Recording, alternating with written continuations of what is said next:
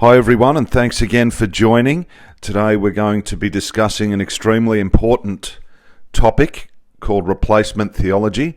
Replacement theology is closely related to covenant theology. It's often found within Calvinism. Both of these theologies suggest there is often no clear distinction between Israel and the church.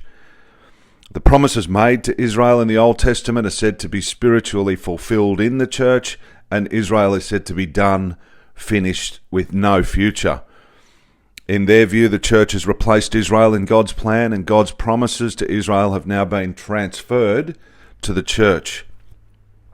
Now, this teaching's caused lots of confusion and division within the church. It's not only unbiblical, but it's very dangerous. Today, we're going to bust this doctrine wide open, comparing it with what the Bible actually says about Israel in the church. Replacement theology teaches that because Israel rejected Jesus as the Messiah, God has subsequently rejected Israel. And all of the promises that God made to Israel in the Old Testament, all of the covenants, now belong to the church. The church, in their view, is now the new Israel. Now, God's clear promises to Israel, such as the land promises, that he will give them the land, and the covenants, have been revoked or are now spiritualized. Now, is this what the Bible actually really teaches? Absolutely not. Where did replacement theology come from? It's got historical roots in the early church, particularly from church fathers as early as Augustine. After the destruction of the temple in AD 70 and the destruction of Israel themselves, the scattering of the Jewish people, many early church leaders started interpreting Old Testament prophecies allegorically rather than literally. As a result, they claimed that the church was now the true Israel and that God was done with the Jewish people completely. This became a dominant view in much of Christianity, influencing many of the denominations that we have today. Even the early Protestant reformers pushed this mistaken ideology. Martin Luther, John Calvin, Ulrich Zwingli, Heinrich Bullinger, all held to a view that the church replaced Israel. Not only that, but the Westminster Confession of Faith, the Augsburg Confession, also pushed this view. But this theology, if you want to call it that, is not based on Scripture at all, and therefore it's not from God. It comes from human reasoning that arose after Israel's dispersion, and it's not what the Bible teaches. What does the Scripture actually say? Let's go straight to the Bible to see what it says about Israel. Paul says in Romans 11, verse 1 to 2, I say then, has God cast away his people? God forbid, for I also am an Israelite of the seed of Abraham, of the tribe of Benjamin. God has not cast away his people which he foreknew. Paul couldn't make it any clearer. God has not cast away Israel. If you believe in replacement theology, you're going directly against Paul's words. Let's have a look at Romans 11 and verse 25 to 26. For I would not, brethren, that you should be ignorant of this mystery, lest you should be wise in your own conceits, that blindness in part is happened to Israel, until the fullness of the Gentiles be come in. Until the fullness of the Gentiles be come in, and so all Israel shall be saved.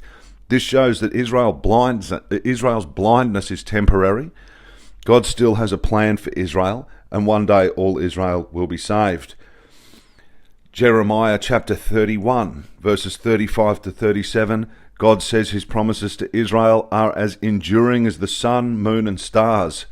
He says, if these ordinances depart from before me, saith the Lord, then the seed of Israel also shall cease from being a nation before me forever.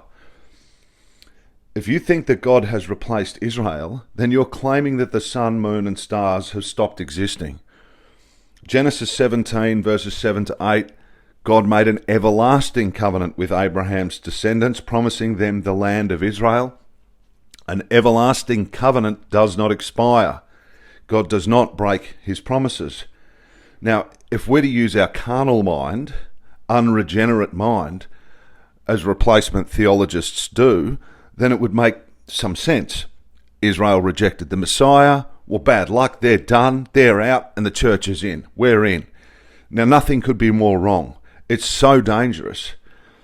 But Paul says in 1 Corinthians chapter 2, verse 14, "But the natural man receives not the things of the Spirit of God, for they are foolishness unto him, neither can he know them, because they are spiritually discerned." The Bible clearly teaches us that Israel and the church are two distinct entities. So let's address misunderstanding that Israel and the church are one and the same. Romans 11, the church, the body of Christ, made up of Gentiles, is the wild olive tree grafted into the natural olive tree of Israel. This does not mean that Israel has been replaced. The natural branches, Israel, can be grafted back in. Israel is still central to God's plan. After God has finished grafting us in, he will graft in the branches that he cut off back in again. The church, which is the body of Christ, is a spiritual entity made up of Jews, Gentiles, anyone who believes and trusts in Christ for their salvation in this dispensation. We are distinct from Israel, and we do not inherit the specific promises made to Israel regarding the land and the covenant and the kingdom. Paul makes this clear in Galatians 3:28. "There is neither Jew nor Greek. There is neither bond nor free. There is neither male nor female, for you are all one in Christ Jesus." This means that spiritually we are equal in Christ, but it does not mean that God's promises to Israel no longer stand. Replacement theology is dangerous for several reasons. It undermines God's faithfulness. If God can break his promises to Israel, what makes you think that he's not going to break his promises to the church? God is faithful and cannot break his covenants.